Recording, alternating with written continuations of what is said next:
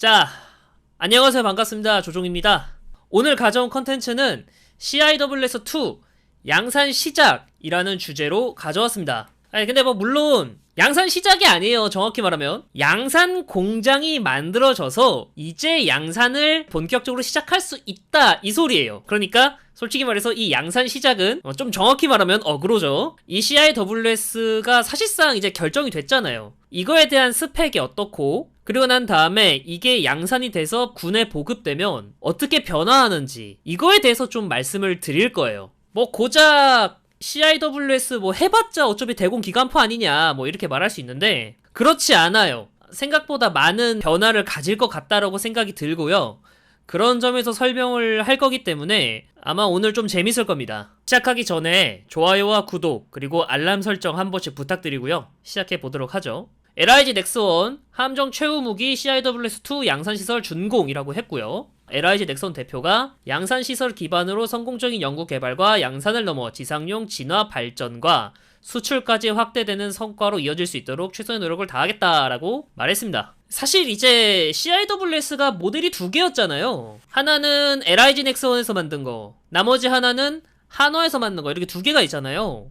이 두 개 중에 우선 협상 대상자로 LIG 넥스원이 됐다고 얘기가 나온 지 한 1년이 지났어요. 1년이 지나고 난 다음에 지금 이렇게 LIG 넥스원 쪽에서 양산 시설을 준공했다라고 하니까 사실상 LIG 넥스원이 CIWS2 사업의 업체가 된 게 아닌가라고 생각을 합니다. 그게 아니면 LIG 넥스원이 이런 양산 공장을 만들 리가 없잖아. CIWS2는 LIG 넥스원이 담당할 것으로 예상이 됩니다. 대공기관포를 여기서는 그냥 CIWS다라고 얘기하면서 계속 갈게요. 우리나라에 CIWS가 두 개가 있어요.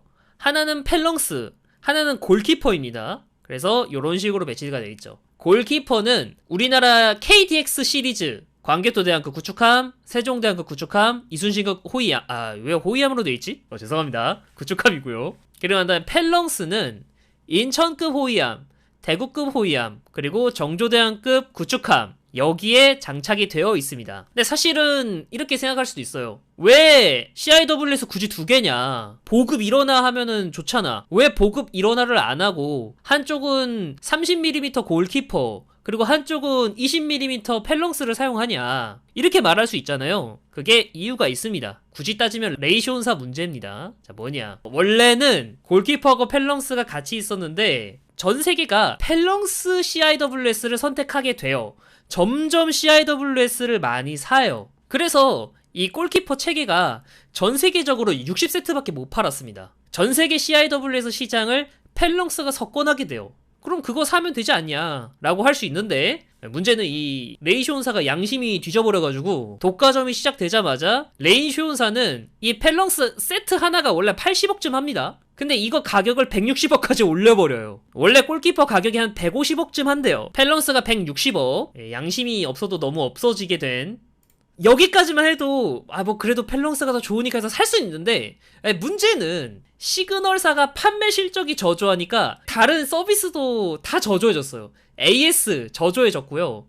그리고 소프트웨어 개발이 늦어졌습니다. 60세트를 위해서 소프트웨어를 개발을 따로 하면은 개발 비용을 나누기 60밖에 못 하잖아요. 그러니까 이 소프트웨어 개발도 늦어지고 소프트웨어도 개발비도 펠렁스보다 비싸져요. 악순환이죠. 근데 문제는 그렇다고 해서 펠렁스가 좋냐? 좋긴 합니다. 일단 AS 잘 되고요. 그리고 소프트웨어 개발도 계속 하면서 최신 대한미사일의 회피 패턴 같은 것도 계속 얘한테 소프트웨어로 업그레이드를 해가지고 로직을 줘요. 근데 문제는 이게 20mm예요. 20mm가 뭐가 문제냐? 약합니다. 20mm 기관포라서 문제가 되었는데, 이 20mm라는 게 일단은 30mm보다 사거리가 짧아요. 첫 번째로 단점이고, 두 번째로 파괴력이 떨어집니다. 파괴력이 떨어지는 게 뭐가 문제냐? 미사일을 요격했다고 쳐. 요새 대한 미사일들은 이제 초음속으로 오거든요. 초음속쯤 되면은 20mm로 요격을 하더라도 그 파편탄이 모함에 피해를 입힐 수 있어요. 만약에 20mm로 쏘면은 맞추긴 맞췄는데 형태를 유지한 채로 모함에 접근해가지고 피해를 입히는데, 30mm 정도가 되면은 이제 대한미사일을 맞추면 가루로 만들어버립니다. 그래가지고 요격을 한다는 전제하에 더 안전한 거는 30mm 기관포예요.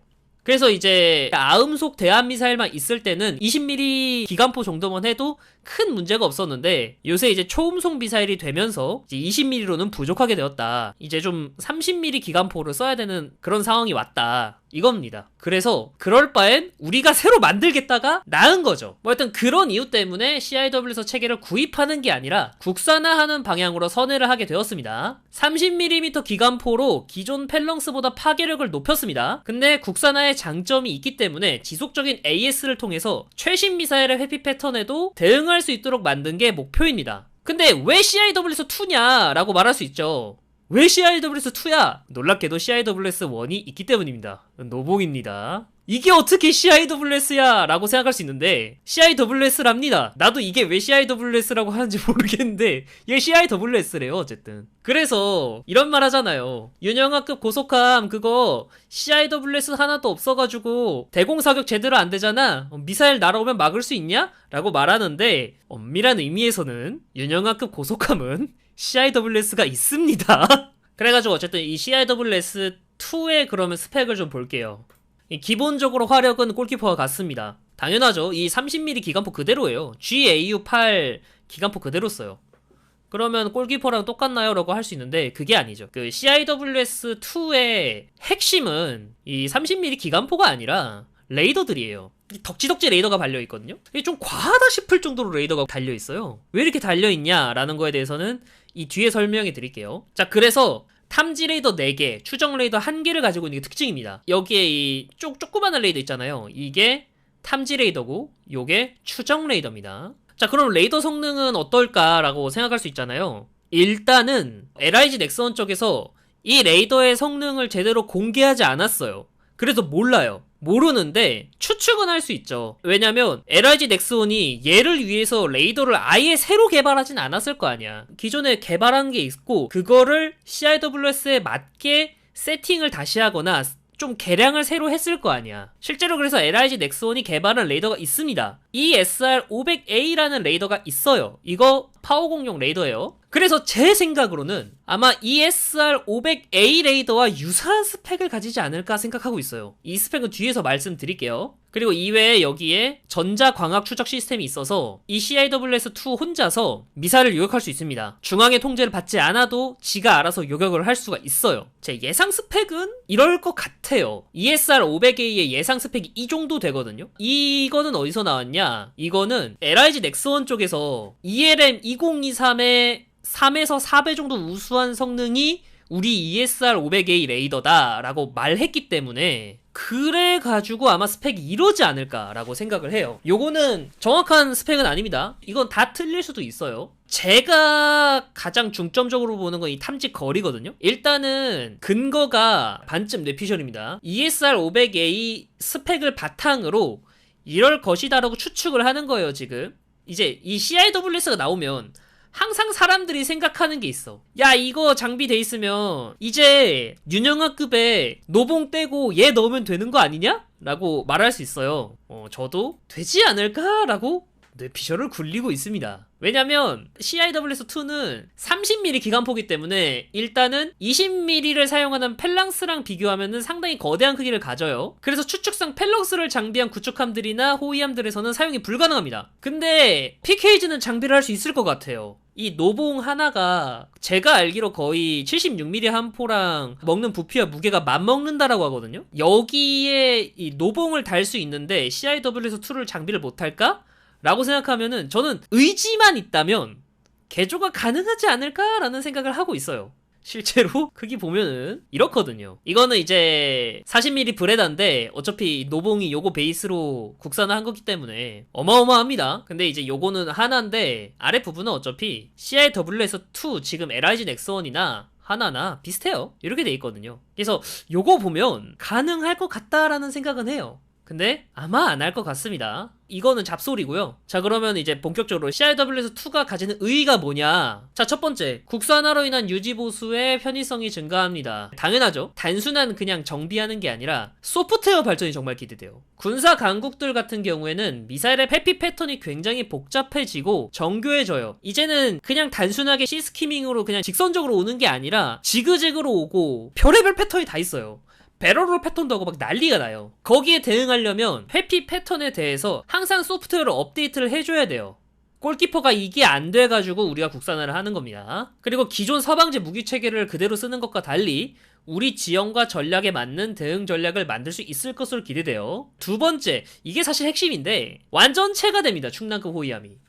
자, 무슨 소리냐? 충남급 호위함에 장비된 다기능 레이더 있잖아요. 그 다기능 레이더는 탐지, 추적, 유도를 모두 수행할 수 있어요. 정말 좋은 레이더예요. 근데 이 레이더 하나에만 임무를 모두 부여하기에는 이 다기능 레이더가 너무 많이 일을 해야 되잖아. 그래서 임무를 분담해줄 레이더가 하나 필요하긴 해요. 그래서 CIWS의 레이더는 사격 통제 레이더로서 충분히 활약할 수 있을 거라고 저는 생각합니다. 그래서 만약 해궁이 요격에 실패하더라도 이미 레이더로 표적을 낙오난 상태이기 때문에 바로 대응할 수 있어요. 그래서 기존에 단거리 대공 미사일로 요격하고 실패하면은 마지막으로 대공 기관포로 요격을 한다, 요건데 그때 반응 속도도 거의 즉각적이 될 것이다 라고 생각을 해요. 그리고 마지막으로 C-RAM으로서 사용도 기대됩니다. 여러분들이 회피 패턴이 어떤 게 있는지 잘 모를까봐 이미지를 하나 갖고 왔는데, 예, 요새는 요딴 식으로 회피를 합니다. 이거 봐도 좀 족같은데. 봐도 좀 어질어질하죠. 요새 대한미사일 회피 패턴이 이래요. 이 회피 패턴도 10년 전이야. 지금은 어떻게 기동하는지 감도 안 잡혀요. 그래서 그런 말 있던데, 제가 의아했거든요. 정조대왕함이 펠렁스를 2개를 가지고 있어요. 맨 처음에 되게 의아했거든요. 굳이 왜 펠렁스를 2개나 갖고 있지? 라고 생각을 했거든요. 여기 앞에 하나 뒤에 하나 이렇게 펠렁스 있잖아요. 제가 봤을 때 이것 때문에 그런 것 같아요. 이런 식으로 회피 기동을 하면은 도저히 하나로는 요격이 안 되니까 함수 그리고 한 밑쪽에 펠렁스 하나씩 해가지고 그 양쪽으로 걸어가지고 요격을 하려고 요렇게 펠렁스 2개를 준비한 게 아닌가라고 생각이 들거든요.